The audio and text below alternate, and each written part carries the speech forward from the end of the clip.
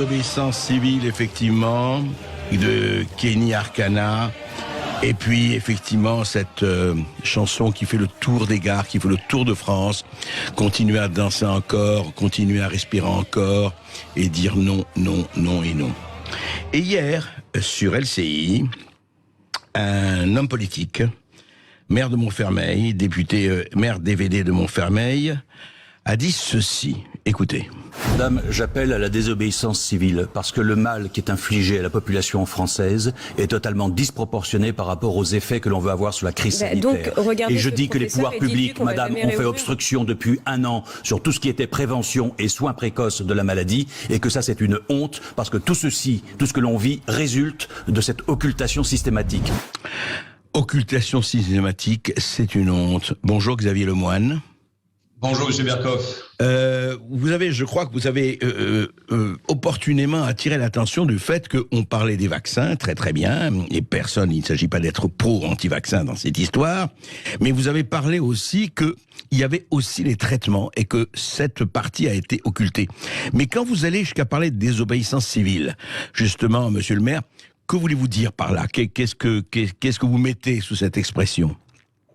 D'abord, vous avez fort opportunément rappelé que ceci est parfaitement codifié dans nos institutions et donc ce n'est pas un appel à la violence ou au désordre. Oui. C'est juste l'exercice serein d'un droit moral de résister à ce qui peut apparaître comme une forme d'oppression dans la mesure où effectivement nous sommes sur des mesures sanitaires qui impactent considérablement notre vie sociale, notre vie économique, notre vie familiale, nos vies personnelles et dans des proportions qu'un maire est à même de constater au regard de ses missions et la proximité qu'il a avec la population.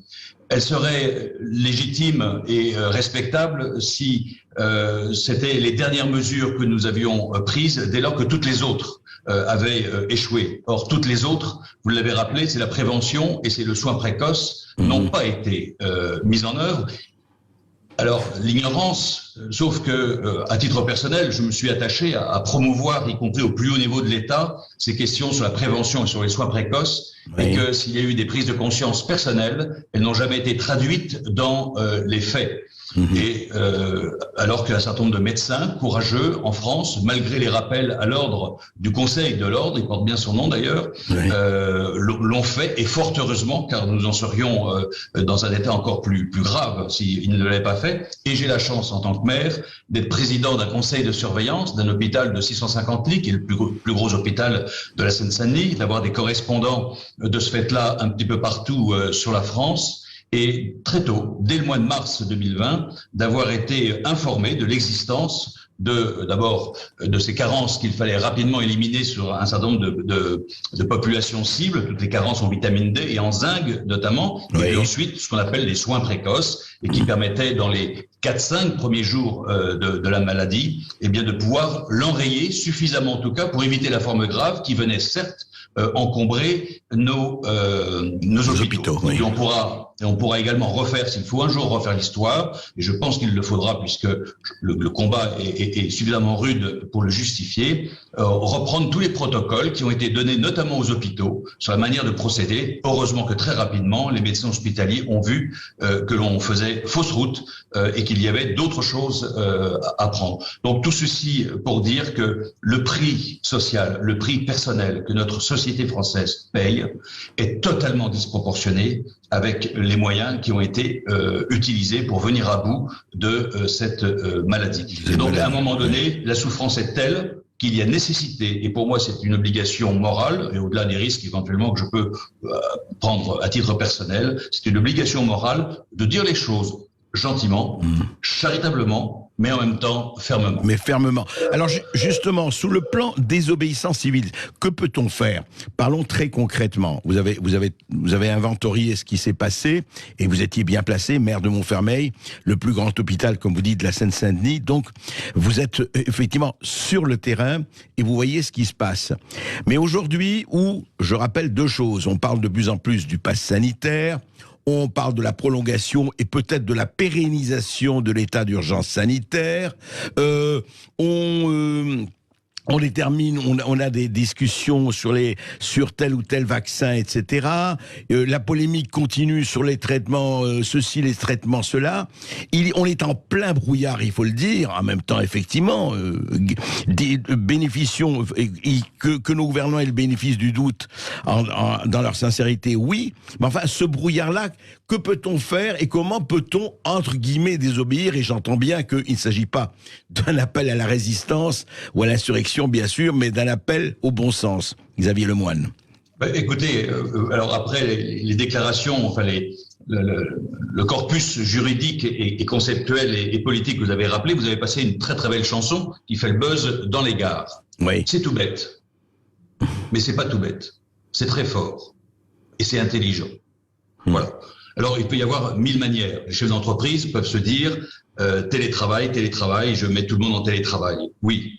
Le télétravail, on l'a vu, c'est marrant 5 minutes, vous êtes efficace pendant 3 semaines, un peu plus que d'habitude, et après vous voyez la dégradation de l'ambiance, dégradation des interactions, et dégradation, je dirais, tout simplement de la vie des salariés. Oui. Est-ce qu'on est obligé de pousser le critère jusqu'au bout ou pas? Les masques. Quand vous êtes dans le métro, mettons les masques, bien évidemment, sur une plage, dans la forêt, quand vous êtes seul dans la rue. C'est tout simple, c'est pas violent, mais c'est de dire... Oui, il y a des choses qui sont de bon sens, il y a des choses qui sont compréhensibles, des choses qui sont respectables. Il y en a d'autres où vous abusez. Et vous abusez très largement parce que symboliquement, ce que vous nous faites faire est très fort. Eh bien, tout simplement, on peut gentiment, avec le sourire, s'affranchir. On prend des risques. 135 €, 1500, et ensuite, ça peut aller beaucoup plus loin. Donc, vous voyez la gradation, mais une personne toute seule, 10, 100, 1000, et qui posément, tranquillement disent oui dans le métro, oui dans le bus, oui dans la queue d'une caisse de mais pas au bord de la mer et pas dans la montagne, effectivement. De grâce. Enfin, je dirais, les pouvoirs publics se sont totalement discrédités sur cette affaire-là. Et après, plus rien n'est recevable. Et donc, je pense que le discernement civique, appelons ça comme ça, discernement civique, est un devoir de chacun d'entre nous. Oui. Et alors justement, Monsieur le maire, le problème effectivement, c'est que aujourd'hui, et c'est pour ça que c'était très important qu'on en parle avec vous, c'est qu'on a l'impression qu'il y a quelque chose qui est de l'ordre. On est très frappé parce que c'est mondial. Hein. On regarde le Texas et la Floride, où il n'y a plus. J'ai eu encore des témoignages de connaissances hier soir, où tout est ouvert et que les chutes, enfin le pic est tombé, on est en pleine chute du pic, c'est-à-dire les hospitalisations, la mortalité, etc. chute. C'est normal. Voilà. Et c'est vrai, bon, la Suède et autres. Et d'un autre côté, on vous dit attention. Et puis vous avez vu, on va en parler nous. On dit oui, le Brésil, il faut le laisser ouvert, les allées-venues vers le Brésil. Aujourd'hui, non, on ferme effectivement avec le Brésil.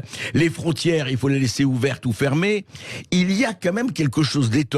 Et c'est à l'homme politique aussi que je m'adresse, mais évidemment au maire, et c'est lié, c'est cette espèce de va-et-vient de tout et son contraire, que les représentants, à la fois dans la politique, à la fois dans les médias, il faut le dire aussi bien sûr, et à la fois chez les médecins ou chez certains médecins. Et comment voulez-vous que les gens gardent leur confiance dans ces gens à partir du moment où on entend tout et son contraire? Et justement, on a voulu substituer à la confiance, on a voulu lui substituer l'obéissance. Et donc, l'obéissance à tout prix. Et donc, lorsque vous êtes dans l'incapacité de vous faire par vous-même une opinion, parce qu'effectivement, tout et le contraire de tout a été dit, a été fait, a été promu, a été défendu, etc., eh bien, à ce moment-là, il ne reste plus que l'obéissance, mais l'obéissance aveugle. Donc, une forme de soumission de l'intelligence, une forme de soumission des volontés. On n'est absolument plus dans le civisme, on n'est plus dans la dignité humaine, on est dans une fourmilière. Voilà, et c'est ce à quoi progressivement, par touches successives, et ceux qui disent quel est ce bazar, non, c'est pas du bazar, je dirais, c'est un désordre superbement organisé. Et quand vous dites, effectivement, vous dans votre déclaration hier, enfin dans votre dialogue sur LCI... Alors, pour être très clair, M. Berkoff, oui. Il se trouve que cette émission s'est tenue il y a quasiment déjà un mois. qu'elle n'avait pas fait de bruit particulier et que quelqu'un, et c'est la force des réseaux sociaux, j'en suis moi-même impressionné, l'a remise et peut-être que c'était le moment pour que l'opinion publique s'en empare et soit réceptive à ça. Voilà, pour la vérité. Non, mais tout à fait. Mais justement, c'est bien ça. Quand vous dites effectivement, vous avez parlé de la souffrance, vous avez parlé de ce que vous avez vu, mais aujourd'hui, on a l'impression, et j'aimerais vraiment avoir votre avis, et sans s'en prendre à tout le monde, mais qu'il y a une vraie passivité et que les Gaulois réfractaires dont parlait Emmanuel Macron, où ils sont les Gaulois réfractaires, hein, on les entend pas beaucoup. Ou alors c'est une désobéissance passive peut-être, ou une attente. Mais en fait, on a l'impression que tout ça se passe, voilà, on en discute et c'est très bien, et vous prenez position et c'est très bien aussi, mais que ça reste dans une espèce de passivité comme ça, plus ou moins forcée, plus ou moins organisée. Alors, en apparence, passivité. Je suis extrêmement surpris du nombre de messages que je reçois et du contenu de ces messages. Ces gens me disent, monsieur le maire, ça fait 1 an qu'on le pense, ça fait 1 an qu'on le croit. Et donc je me dis, les Français sont beaucoup moins bêtes, pardonnez-moi ce terme, ils sont très conscients de ce qui se passe. Oui, ils ne sont pas aveugles. Ils ne sont absolument pas aveugles. Donc il y a une forme, non pas de résignation, mais encore de confiance qu'on veut donner jusqu'au bout aux institutions. Mais je pense que la cote d'alerte est quasiment atteinte, et que lorsque, non seulement ils auront vu, parce que ça fait 1 an qu'ils voient, mais que toute confiance possible, qu'il soit possible de donner aux institutions sera vaine, alors là, on sera sur autre chose. Oui, et je pense qu'on regarde la teneur des messages, et quand je vois la sociologie des personnes qui s'adressent à moi, ce matin j'avais 50 mails qui sont arrivés en mairie de toute la France, c'est significatif, plus les centaines que j'ai, les milliers que j'ai sur mes réseaux. Et quand je vois le contenu, je me dis, oh là, il y a un vrai signal, il y a quelque chose qui se passe. Alors, c'est à bas bruit, c'est un peu comme le bambou chinois, on voit rien, et puis quand ça sort de partout, et ça sort très fort. Et je pense que nous sommes dans quelque chose de cet ordre-là, serein mais puissant. Oui, d'ailleurs, l'histoire de France est emplie d'épisodes, et vous le savez aussi bien que moi, où c'était à bas bruit, et puis tout d'un coup, ça explose, et la marmite et le couvercle explosent. En fait, vous pensez qu'il y a un rejet, un ras-le-bol, une colère ? Alors, j'ai pas entendu vos derniers mots. Est-ce que vous pensez que véritablement il y a un rejet, un ras-le-bol, une vraie colère aujourd'hui ?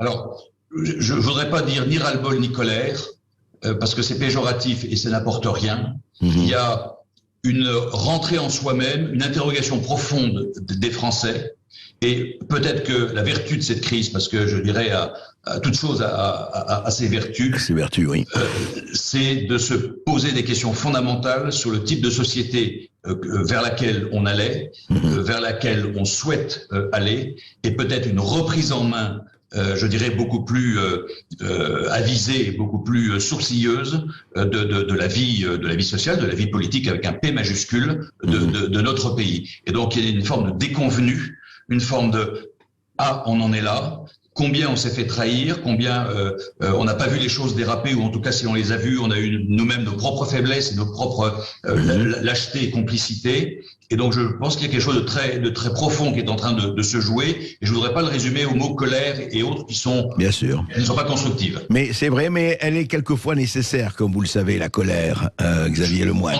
On l'a vu dans l'histoire. En tout cas, merci de. Merci à vous, Monsieur Berkoff. À bientôt et à très bientôt. Voilà, merci. Vous avez entendu le maire Xavier Lemoine.